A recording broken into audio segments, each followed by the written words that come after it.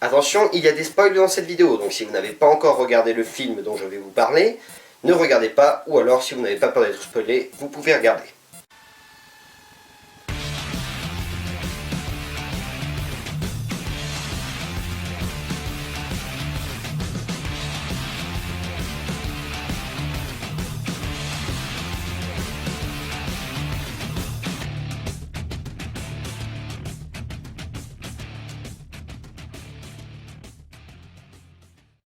Sachez que je reprends les sièges de la critique. Pendant un moment, j'avais une petite baisse de morale étant donné que 2 sièges de la critique avaient été interdits en raison de droits d'auteur. J'ai donc dû revoir mes sièges de la critique, la façon d'exposer les films, et j'ai donc décidé de faire une version où je ne montrerai aucune image de film, mais où je pourrais tout de même parler du film en question. Et aujourd'hui, dans ce siège de la critique, j'avais envie de vous parler de Jurassic World. Alors pour ceux qui ne seraient pas des grands adeptes des films Jurassic Park, voici une petite histoire.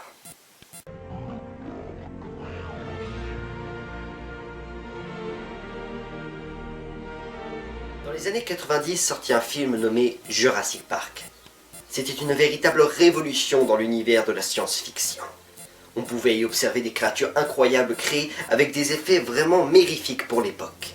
Ce film était extrêmement prenant, avait un scénario incroyable, des acteurs superbes et surtout était d'une beauté infinie. Bref, Steven Spielberg, le créateur de ce film, avait fait un excellent boulot. Et par la suite, malheureusement, Steven Spielberg décida qu'il était temps de créer une suite à Jurassic Park. Le Monde Perdu.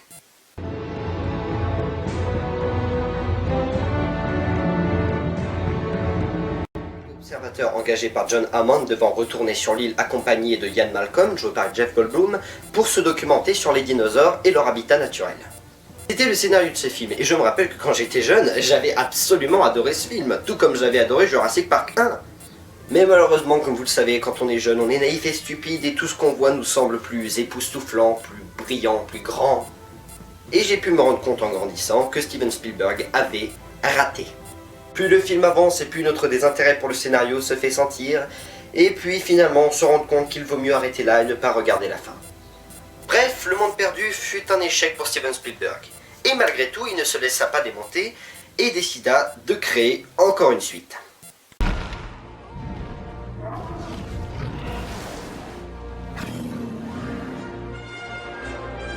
Alan Grant, joué par Sam Neill, qui était le personnage principal de Jurassic Park 1, décide de retourner sur l'île des dinosaures avec certaines personnes contre un bon gros chèque bien sale. Puis finalement, en arrivant sur l'île, Alan se rend compte qu'ils n'étaient pas venus faire du tourisme, mais retrouver leur fils perdu sur l'île. Question cohérence du scénario, on pourrait dire qu'il était à peu près égal au Monde Perdu. Ce qui aurait fait de lui un film sans intérêt aussi, s'il n'y avait pas eu ça.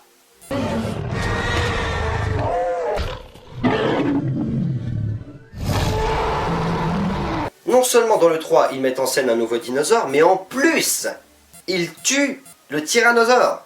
Quelque chose qui n'avait jamais été fait dans un Jurassic Park jusqu'ici.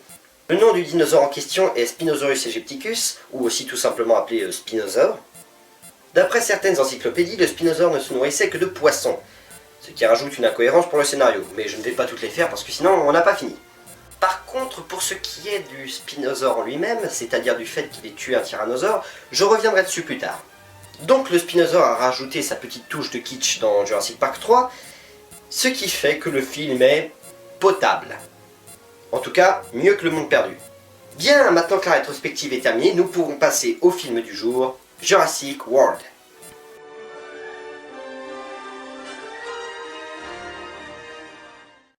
Quand je suis allé voir ce film, je m'attendais à ce qu'il perde l'esprit Jurassic Park.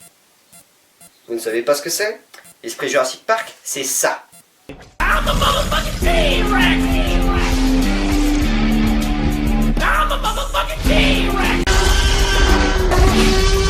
L'esprit Jurassic Park, c'est montrer des dinosaures en action badass sur des musiques mérifiques. L'esprit Jurassic Park, c'est montrer des personnes effrayées et en même temps impressionnées par les créatures qu'ils regardent. Et quand j'ai commencé à regarder ce film, tout de suite, je n'ai pas senti l'esprit. Évidemment, le fait que Jurassic World soit fait beaucoup plus tard que Jurassic Park 1 allait forcément influencer sur le caractère du film. La mise en scène est plutôt simple, le parc ouvre enfin ses portes, mais pas sous le nom de Jurassic Park, mais de Jurassic World. Des touristes du monde entier peuvent venir voir des créatures sorties d'une époque disparue. Et parmi tout cela, il faudra retenir quelques personnages. Deux frères sortis d'une famille mal équilibrée qui se rendent à Jurassic World pour pouvoir explorer et visiter. Leur tante qui fait partie de l'administration du parc et qui ne sera jamais là pour s'occuper d'eux. Owen, un apprivoiseur de vélociraptor qui est aussi l'ex-petit ami de la tante. Et quelques personnages secondaires très vite faits utiles au scénario que l'on ne retiendra absolument pas. Ainsi se passent les choses. Les deux parents envoient leurs enfants à Jurassic World pour qu'ils puissent s'éclater un petit peu, tandis que leur tante bosse sur le projet Dominus Rex. Dominus Rex est une créature hybride créée génétiquement en labo et censée être la prochaine attraction du parc. Quant à Owen, lui, il continue à tenter d'apprivoiser ces raptors qui semblent un peu, mais pas trop, obéir aux ordres. Concernant les raptors, ce qu'on essaie de nous faire comprendre à travers tout le film, c'est qu'ils suivront toujours le plus fort, le mâle alpha donc. Donc d'après vous, ils se comporteraient comme des loups. Non. La survie des raptors repose sur leur communauté. Il n'y a pas de mâle alpha chez les vélociraptors, ils communiquent entre eux, ils s'entraident, ils protègent leurs propres bébés. Il n'y a pas de chef. Les raptors sont donc des créatures qui agissent en communauté et non pas en meute. Donc toute cette petite histoire se poursuit, les jeunes frères continuent à visiter le parc tandis qu'Owen continue à s'occuper de ses raptors. Et à un moment, la tante décide d'en appeler à lui, pour étudier Dominus Rex à l'intérieur de sa cage. Cependant, arrivé sur les lieux, il semblerait que le dinosaure ait disparu. Après une scène où l'on constate l'intelligence du dinosaure, on peut constater la bêtise des humains. On pouvait observer des coups de griffe sur les murailles. On pouvait donc penser qu'elle avait escaladé pour ressortir de l'autre côté et se barrer. Mais il y a des personnes tout autour de son enclos qui sont en train de construire, de réparer. Il y a même des gardes, on a pu les observer dans la scène précédente. Donc s'il était sorti, on l'aurait vu. Mais non, au lieu de ça, on préfère faire confiance à une machine qui peut tomber en panne à n'importe quel moment. Et surtout des geôliers qui descendent comme ça, dans la cage, sans sécurité, sans rien. Et c'est là qu'on se rend compte que les coups de griffe sur la paroi n'étaient en réalité qu'une diversion pour permettre aux dinosaures de s'échapper en passant par la porte. Petite futée. Bref, ensuite, évidemment, c'est la panique. Un dinosaure carnivore est en liberté dans le parc et tous les visiteurs sont en danger. La créature a déjà bouffé plusieurs gardes et serait prête à recommencer partout où elle ira.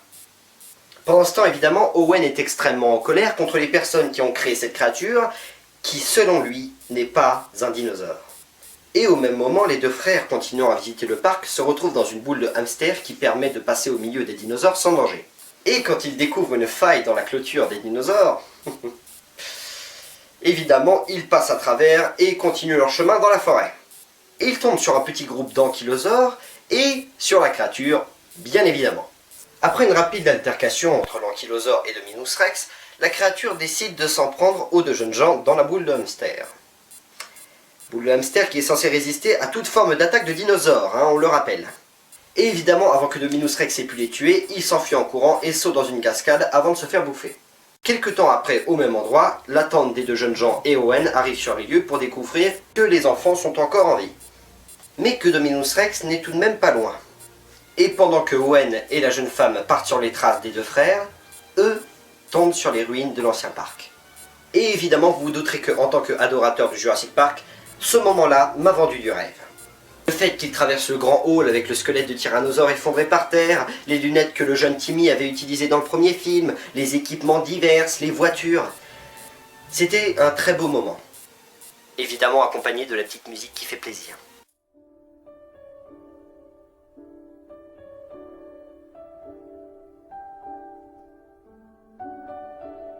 Après cela, les deux jeunes gens arrivent à utiliser une voiture pour s'enfuir, et au même moment, Owen et leur tante entendent le bruit de la voiture qui démarre et arrivent trop tard sur les lieux. Et contrairement aux jeunes gens arrivés sur les ruines de l'ancien parc, ils se font piéger à l'intérieur par Dominus Rex. Finalement, ils arrivent à sortir des ruines de l'ancien parc sans se faire dévorer et suivent la créature jusqu'à sa prochaine étape, la volière. Évidemment, quand le mot volière a été prononcé, tout le monde a pensé au ptérodactyle. Sachant que la créature se dirigeait vers la volière, le patron du parc en personne décide de se déplacer en hélicoptère avec quelques soldats pour l'abattre.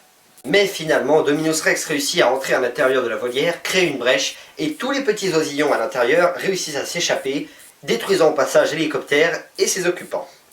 Et toute l'armée de ptérodactyles continuant sa course se dirige droit vers le port de Jurassic Park, où sont tous les visiteurs. Et évidemment, c'est le carnage. Les ptérodactyles foncent sur les visiteurs, les dévorent et dévorent au passage un personnage secondaire inutile qui était censé s'occuper des deux jeunes frères, qui ne pourra plus faire grand chose pour eux étant donné qu'elle termine dans le ventre d'un mosasaure. Il décide qu'il est temps de s'occuper de la créature, de la prendre en chasse. Et sur une très bonne idée d'un abruti d'opportuniste, il décide d'utiliser les raptors pour prendre en chasse la créature. Et finalement, il retrouve Dominus Rex, mais les raptors n'obéissant selon ce film qu'à leur mâle alpha, ils se retournent contre Owen et ses soldats, et c'est le massacre, évidemment. Tous les soldats se font massacrer, Owen est évidemment le seul survivant et finit par retrouver les deux jeunes frères avec leur tante. Et l'on ne sait pas trop pourquoi, mais les raptors décident de les suivre. Alors qu'il doit y avoir au moins 1 million de personnes sur cette île, ils décident de prendre en chasse seulement ces 4 personnes. Arrivé sur les lieux du labo, ils découvrent que l'asiatique bossant autrefois avec Hammond était en réalité en conspiration, disons, avec les personnes tentant de s'approprier les créatures du parc. Donc, rien de spécial quoi. Même formule que le 1 et le 2. Et dans le labo, ils recroisent même leur vieux pote opportuniste qui avait décidé de se servir des raptors pour chasser la créature, mais finalement, le pauvre bonhomme se fait trahir par les raptors et se fait dévorer. Cette scène était tellement prévisible que quand j'ai vu ça, je me suis dit dépêchez-vous de passer à la suite. Bref, ils finissent par sortir du laboratoire et retombent sur les 4 vélociraptors qui, il y a quelques minutes à peine, voulaient les dévorer.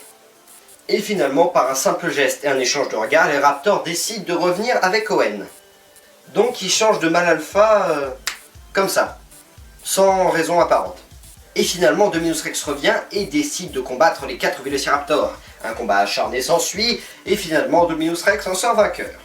Et là, je dois dire que j'ai été profondément désabusé par ce film, à ce moment précis. Et oui, car évidemment, la tante des deux jeunes frères décide d'aller libérer le tyrannosaure pour combattre Dominus Rex.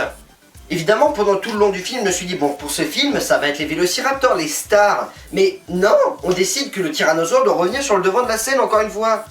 Petit schéma du tyrannosaure dans chaque film Jurassic Park. Numéro 1, le tyrannosaure est une menace constante et au milieu du film, il vient pour jouer le rôle du méchant et à la fin du film, il vient pour jouer le rôle du gentil. Jurassic Park 2, le tyrannosaure est une menace constante, beaucoup moins que dans le 1, mais malgré tout, il l'est. Il joue le rôle du méchant au milieu du film, et il joue le rôle du gentil à la fin.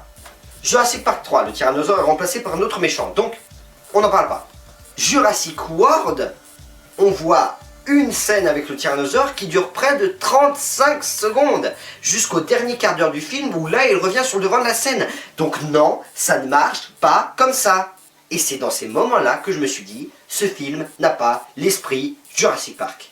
Et là s'ensuit un combat acharné entre le tyrannosaure et Dominus Rex, et là évidemment comme tout le monde je m'attendais à ce que le tyrannosaure détruise Dominus Rex de façon badass. Et là, il s'est passé quelque chose. Le tyrannosaure se fait jeter à terre par Dominus Rex, presque mort, et à ce moment-là, le cri du raptor retentit, et l'on voit l'un des raptors qui avait survécu se jeter sur Dominus Rex pour permettre au tyrannosaure de reprendre l'avantage. Et quand j'ai vu ça, j'étais en train de réfléchir à ma réaction. Je me suis dit, la réaction que j'ai eue c'est « Oh mais non mais là c'est n'importe quoi là ». Mais non, ma réaction ça a été la stupéfaction. Pendant tout le reste du film, je me suis dit que ce film n'avait pas l'esprit Jurassic Park. Quand ils sont entrés dans les ruines de l'ancien parc, je me suis dit que finalement ils l'avaient. Et là, quand le raptor a accouru pour sauver le tyrannosaure, peut-être qu'il venait de créer un nouvel esprit Jurassic Park. Et c'est pourquoi j'attends la suite de ce film. J'attends la suite avec intérêt. Et je sais qu'il y en aura une, étant donné que l'Asiatique avait emporté le reste de ses recherches dans une mallette et n'a pas été tué. Évidemment, la fin du film est une suite de clichés. Le tyrannosaure qui hurle son rugissement de gloire perché sur un bâtiment de l'île, et tous les humains qui en sont partis. Et à un moment de ma critique, j'avais dit que je reviendrai plus tard sur le spinosaure. Pourquoi ? Parce que Dominus Rex a été créé pour être une machine à tuer, une véritable arme de guerre. Et il n'a même pas été capable de tuer le T-Rex, alors que le spinosaure, lui, l'a fait. Et qu'il était une espèce qui existait déjà. Alors vous n'aviez pas besoin d'une créature pareille. Vous l'aviez déjà dans Jurassic Park 3. Je sais que techniquement, c'est sur Isla Nublar qu'a été créé le Jurassic World. Et que c'est donc sur Isla Sorna qu'est le spinosaure. Mais Vous pouviez aussi faire à peu près la même chose sur Isla Sorda, hein. Ça vous empêchait pas? Non? Si je devais faire un bilan de ce film, je dirais qu'il a éveillé ma curiosité et mon intérêt. Oui, c'est vrai. Je m'attendais à ce qu'il fasse un film qui soit tout public, c'est-à-dire un film, même pour les personnes qui n'ont pas encore vu Jurassic Park 1, 2 et 3.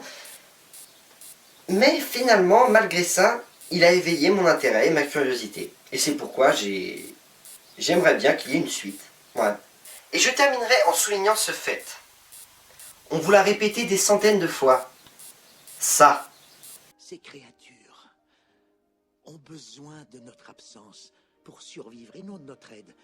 Et si nous pouvions juste nous effacer et faire confiance à la nature, la vie trouvera son chemin. Et vous n'avez pas encore compris. Laissez les dinosaures tranquilles. Merci d'avoir regardé ce siège de la critique. Vous pouvez vous abonner, mettre un pouce vert, mettre un petit commentaire. Et moi je vous dis à la prochaine. Et je suis très heureux de refaire des vidéos après le brevet. A plus! Travel in your future when you hit level 30 and you get your travel form. You will never be a rogue, always healing and crying about your class. Hunter! You will want every single weapon in the entire freaking game. You don't need anything but your pets, send them in scattershot and then bang death.